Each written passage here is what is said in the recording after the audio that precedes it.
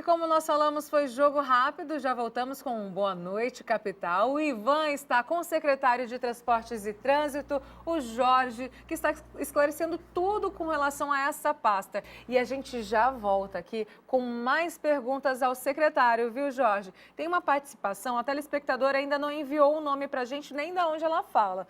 Mas ela mandou o seguinte: boa noite, gostaria de saber se o terminal vai ser para a linha também do Candeias. Muito obrigada pela sua participação. É a Ana do Candeias do Jamari. Um grande beijo para você. Obrigada pelo carinho da sua audiência, Ana. Secretário, pode responder para nós? O terminal, como ele está lá, né, é um terminal urbano de Porto Velho. Ele é destinado às linhas do município de Porto Velho, da capital. Mas acho que a título de organização e a título até de cortesia com o município vizinho, co-irmão, que hoje já faz parte da grande Porto Velho, né, que é o Candeias, né, um amigo nosso, então que eles também possam se organizar, ter um espaço para o funcionamento também de sua linha, ali nas imediações ou dentro do próprio terminal.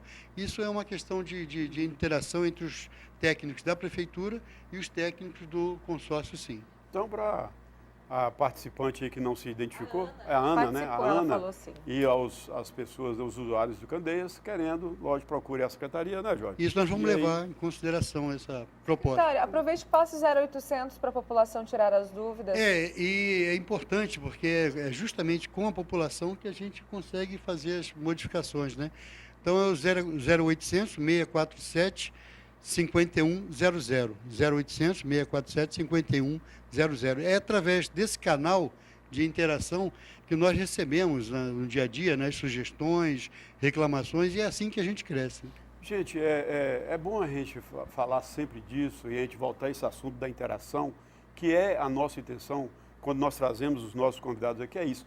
É que esse serviço é exatamente para ser prestado para vocês, para os usuários, para nós que usamos o transporte coletivo. Eu não uso tanto, mas quando necessário também uso. Então, é bom que participe, que use o 0800, que interaja com a secretaria, né, Jorge? Que é isso aí é que vai dar as sugestões e aquilo que for viável, aquilo que for bom para o coletivo, com certeza a secretaria vai estar disposta a fazer. Com certeza. E a gente pede que as pessoas realmente utilizem esse canal de comunicação, né? Muito bem. Fabi, mais Pode alguma agora pergunta? com vocês, Ivan. Por Falta enquanto, só essa. Nós falarmos aqui, inclusive, nos bastidores, lógico que a gente sabe, né, através das notícias, de que ainda estamos naquele processo do emergencial, mas que já vamos ter aí a licitação.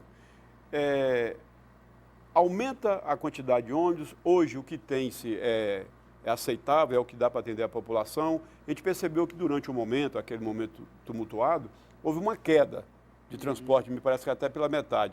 Fala um pouco sobre a gente isso aí. O que está hoje atende a população? Há todo um processo, até, por que não dizer, científico, de estudos, né? De uma cidade com tantos mil habitantes, nós precisamos de tantos veículos para transportar um número de pessoas, né? Então, isso são cálculos até matemáticos. Na nossa realidade, nós temos, por pesquisas feitas, que 180 ônibus, sendo que 160 em circulação e 20 para reserva, qualquer emergencialidade, qualquer ônibus que quebre ou reserva entra no local, então é o suficiente para o momento. Transportamos aí, hoje, em torno de 80 a 90 mil passageiros dia, né? O objetivo nosso é chegar a 110 mil. Para uma cidade de 500 mil habitantes, é mais ou menos o número de pessoas que circulam. Em todos os grandes centros, o que se propõe é estimular o transporte coletivo em detrimento do transporte individual, do veículo, né? Porque nós estamos vendo os problemas hoje que as cidades estão atravessando. Quem vê São Paulo no dia a dia, Rio de Janeiro, aqueles engarrafamentos loucos que deixam as pessoas transtornadas em ido e vir, que as pessoas até desistem. Está todo mundo buscando realmente, as grandes cidades do mundo todo, elas evitam que os veículos, né, os chamados automóveis individualizados, migrem para o centro, né? Você vê que na maioria das cidades as vagas de estacionamento estão com preços exorbitantes, né? Tudo isso é em função da relação que existe entre oferta, né, o que existe de vaga na capital e a procura. a oferta e a procura. Então, essa relação acaba tornando essas vagas muito caras, né? E o estacionamento terrível. E cada vez mais os grandes centros vão incentivando os corredores de ônibus, né? Para que o transporte coletivo tenha privilégio em detrimento do transporte individual. E é justamente o que acontece hoje em Porto Velho. Você vê hoje no horário de pico, ela acalama, em função do advento do CPA, fica impossível. Sim. Por isso que foi criado aquela faixa exclusiva, evitando o estacionamento. E isso já está acontecendo com a nossa capital. Então, quanto mais pessoas usarem, quanto mais nós pudermos propor um transporte de qualidade para a nossa população, melhor. Que as pessoas começam a deixar seu carro na garagem, né? Porque você sabe que quando chegar lá no CPA não vai encontrar vaga, quando chegar no centro, na 7 de setembro, não vai encontrar vaga, quando vai chegar na cidade, usar o transporte coletivo. E essa complexidade, Jorge, o que você está falando, é interessante, que é o seguinte, é isso aí, essa interação com a população, né? Essa interatividade com a Secretaria de Transporte, com toda a situação de trânsito da nossa capital, é o que vai levar à necessidade de crescer o transporte coletivo e também crescer os usuários. Mas temos alguma pergunta, Fabi? Temos mais participações aqui. Ivan, quem participa conosco é o José Ribeiro, do bairro Nova Porto Velho. E ele quer saber, secretário, agora a gente vai mudar de assunto, né? Sair do transporte e falar sobre trânsito. Ele quer saber por que a Vieira Caula não tem retorno. Eu não sei se é no bairro Nova Porto Velho, né? Mas essa é a pergunta que ele fez aqui, secretário. Ele deve estar se referindo ao trecho da Vieira Caula, compreendido entre a Rio Madeira e a Guaporé. E até vai ter um pouco mais na Guaporé, que na Guaporé já tem um retorno, né? Aquele trechinho ali, olha, o nome dele é? É o José Ribeiro. O José, se você perceber, no início houve uma reclamação da falta de retorno, mas 2 acidentes muito graves, inclusive até com vítima fatal, ocorreram ali, né? Por quê? Porque aquele canteiro central da Vieira Caula, ele é muito estreito, ele não oferece segurança. E outro detalhe, as ruas que atravessam a Vieira Caula, né, as ruas perpendiculares, elas são meio desencontradas, né, oferecendo muito risco para a população que fazia aquele retorno ali. E se você perceber, isso nas grandes capitais, em Brasília, se você perde um retornozinho, meu filho, o próximo você vai andar ali no mínimo 5, 10 quilômetros. Mas as pessoas nesses grandes centros, em detrimento da segurança, já se conformaram com isso, né? Jorge, eu percebo o seguinte, às vezes até já participei, inclusive, de debates públicos, onde eu sempre cito a questão de Goiânia, que, né, não só Goiânia, os maiores centros são assim. Você, na verdade, você quer ir na rua A, você passa pela rua A, entra na rua B, faz o contorno para depois você atravessar, né? Normalmente, existe algum estudo para Porto Velho, para um futuro a gente ter esse tipo de, vamos falar assim, de escoamento dos veículos? O que a gente chama de looping de quadra, né? Exatamente. O retorno, a volta numa quadra. Isso até quando as pessoas reclamam da impossibilidade de retorno à esquerda na Rafael Vaz de Silva, é justamente essa proposta.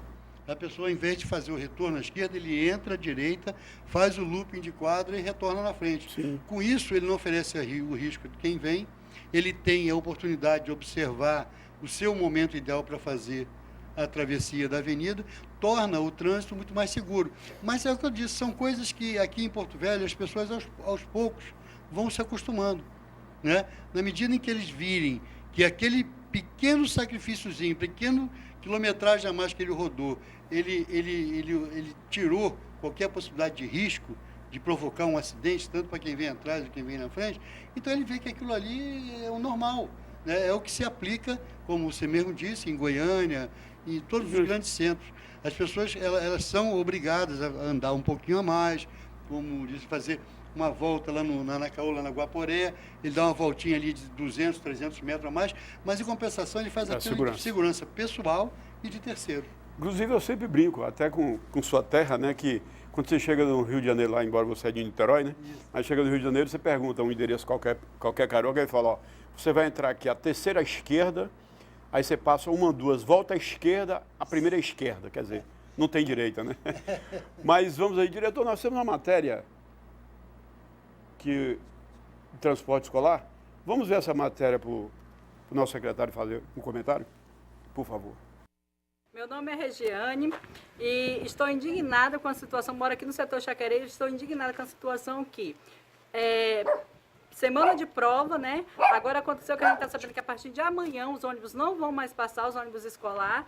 Então a gente está revoltado, por quê? Porque nós pais, nós não temos condições de levar nossos filhos, que nem meu filho. Meu filho é uma criança especial, eu não tenho condições, eu tenho 2 filhos que estudam lá. Eu não tenho condições de levar ele, deixar lá, quem que vai ficar cuidando dele lá? E quando vai o ônibus, a monitora cuida, o pessoal cuida, então a gente sabe que vai com segurança. Aí, agora tem as provas, e nesse dia das provas, a gente não está conseguindo levar os filhos da gente, não vai ter ônibus, eles estão em greve, porque diz que estão 4 meses sem receber. 4 meses, gente, não é 4 dias não, pelo amor de Deus, é 4 meses. Falaram que ia pagar eles quinta-feira, não pagou eles na quinta-feira, e agora continua a gente nesse trabalho todo, nesse sofrimento, entendeu? Semana de prova, pelo amor de Deus, senhor prefeito. Eles estão sem receber porque a prefeitura não está passando essa verba para eles, o salário deles. Então, eu estou pedindo para o senhor que, por favor, repasse isso, porque a gente está precisando mesmo, a gente precisa desse trabalho deles aqui, entendeu? E com isso, para a gente conseguir levar, porque já está tendo essas provas, nossos filhos não podem perder essas provas. E são uns 400 alunos que precisam ir para a escola, que dependem desse serviço, né? E que eles estão precisando mesmo. A gente não tem condições. Eu já estou imaginando amanhã como que eu vou fazer para levar 2 crianças, eu só tenho uma moto. Vou levar um menino de moto, o meu filho, que é especial, ele não gosta de andar de moto, ele morre de medo, porque ele sabe que é fácil se acidentar de moto. Então, tá difícil. Tá difícil mesmo.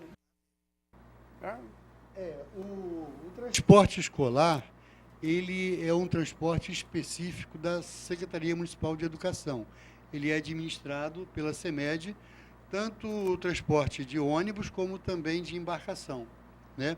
Eu vou levar essa matéria e... É para Chaguinha, né? vou conversar com a secretária de Educação. Até eu fiquei ali um pouco sem saber quando ela falou de profissionais que estão sem receber, porque na prefeitura não tem ninguém com salário atrasado, professor, pessoal da educação principalmente, né? Não sei se tem ali alguma situação com relação a uma outra área pertencente a outro município, mas pelo até o uniforme ali, parecia o uniforme do município de Porto Velho. E eu estou aqui sem saber até o que dizer para ela, mas o que eu vou fazer é o seguinte, vou levar essa reclamação para a professora Chaguinha, que é a nossa secretária da CEMED, e ver o que está acontecendo com relação ali ao setor que ela disse que é o setor chacareiro do município.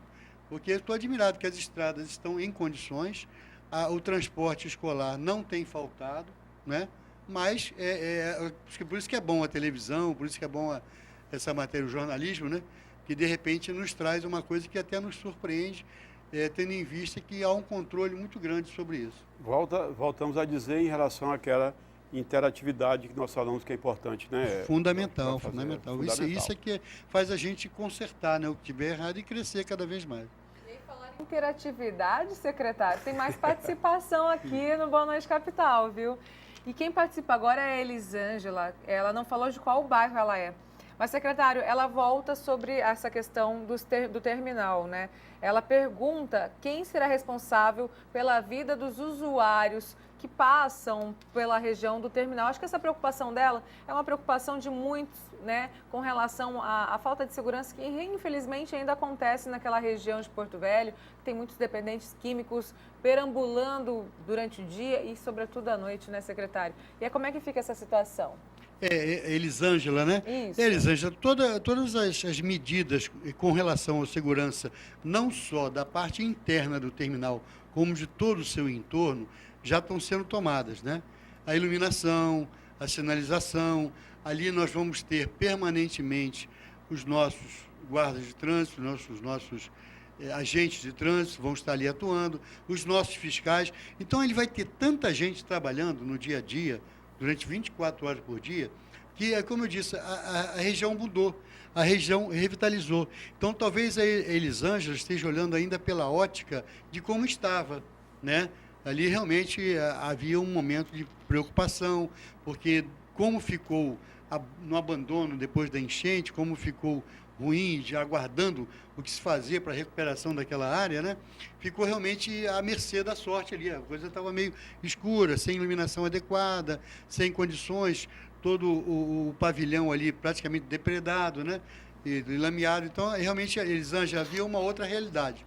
Agora, nós estamos propondo uma novidade para ali, uma realidade, uma revitalização total, não só no interior do terminal, como em todo o seu entorno, ao lado também na Feira do Agricultor. Sim. Elisângela, inclusive, essa sua preocupação, eu vou estar acompanhando também, que às vezes eu almoço ali, eu tenho alguns amigos meus que têm restaurantes ali, inclusive o Pete, que eu sempre vou lá comer uma galinhazinha caipira, viu, Fabi, que é maravilhosa, e o secretário também, enfim, vai lá que vocês vão adorar. Então, assim, a gente vai estar indo lá e também vamos também nisso, e com certeza a gente vai estar acompanhando para também a gente, né, trazer aqui essa interatividade que nós falamos. Olha. Secretário, uma coisa interessante a gente afirmar também é que, parece-me, que há uma preocupação, inclusive, também lá no atendimento, ao que a gente chama das pessoas com necessidades especiais de usar o transporte. O senhor falou do piso e tal, dessas rampas e tal. É realmente uma preocupação maior em atender essas pessoas também? Essa é uma verdade do terminal? Quando nós falamos que vamos passar por um período agora, depois do lançamento, quinta-feira, do terminal, vamos passar por um período de adaptação, é justamente isso, né? Porque nós vamos fazer ensaios ali, a partir desse momento, os ônibus vão estar circulando diretamente ali dentro, então nós vamos ver detalhes com relação à segurança, com relação à acessibilidade, né? Que é a questão do piso podotátil, é a questão da travessia de pedestre elevada, né? Onde as pessoas vão de calçada a calçada sem desnível, né? Que é o que vai favorecer ao cadeirante e a todas as pessoas que utilizam, né, algum instrumento para atender a sua necessidade especial. Então, evitar desnível, todos esses ensaios já estão sendo feitos, né? E a partir de quinta-feira nós vamos passar nesse processo de adaptação a todos esses mecanismos de segurança que são necessários em qualquer terminal, né? Parapeitos, barras de proteção, tudo isso está sendo colocado, iluminação adequada. Então, tudo isso vai passar agora para essa fase após o lançamento de quinta-feira, o terminal entrando em operação, nós vamos vendo no dia a dia essas necessidades sendo atendidas. Tá aí. O secretário Antônio Jorge, o Jorjão aqui nos esclarecendo esse momento aí. A gente tem que agradecer a sua vinda aqui, dizer para você que o Boa Noite Capital é um programa exatamente dessa forma de interatividade com a sociedade. Estamos abertos a quando você precisar e também a população achar necessário, convidá-lo aqui de novo para que a gente faça essa interatividade. Gostaria das suas considerações com nossos telespectadores e muito obrigado por você ter aceitado o nosso convite, Jorge. Eu que agradeço ao Boa Noite Capital, Canal 25, aos telespectadores aí por estarem conosco, interagindo, né? A vocês aqui que fizeram essa noite super agradável e me proporcionaram essa oportunidade de falar, de passar essa boa nova para a nossa sociedade e pedir a eles, né?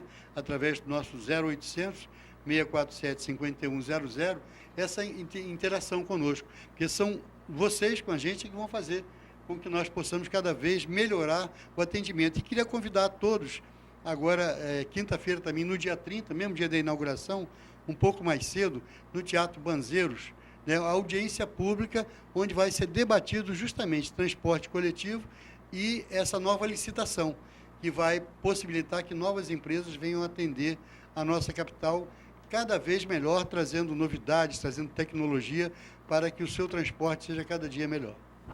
Tá aí o recado do nosso secretário da Centran, Jorge. Fabi. Tá certo, então. Secretário, seja muito bem-vindo. Obrigada por ter aceitado o nosso convite para vir aqui. E é claro que todas as noites nós estaremos sempre trazendo um convidado especial para poder levar mais informações sempre para você que assiste e acompanha o nosso programa, que é feito com todo carinho para você. E olha, Ivan, a gente vai para o intervalo rapidinho. Lembrando que no próximo bloco a gente vai trazer informações de esporte. Vamos falar de handebol, que teve aí o segundo turno do campeonato de handebol aqui em Porto Velho. Vamos falar também sobre a situação do Bolsa Atleta. Que foi, meu? Tem uma graninha aí que a turma vai receber também, já tá, né? E tem isso também, eu ia falar agora sobre isso. Tem ainda o PIS-PASEP, olha, o trabalhador que ainda não sacou e tem o direito fique atento porque o prazo está chegando ao fim. E já já você vai ter mais detalhes. Portanto, não sai da frente da telinha que a gente já volta.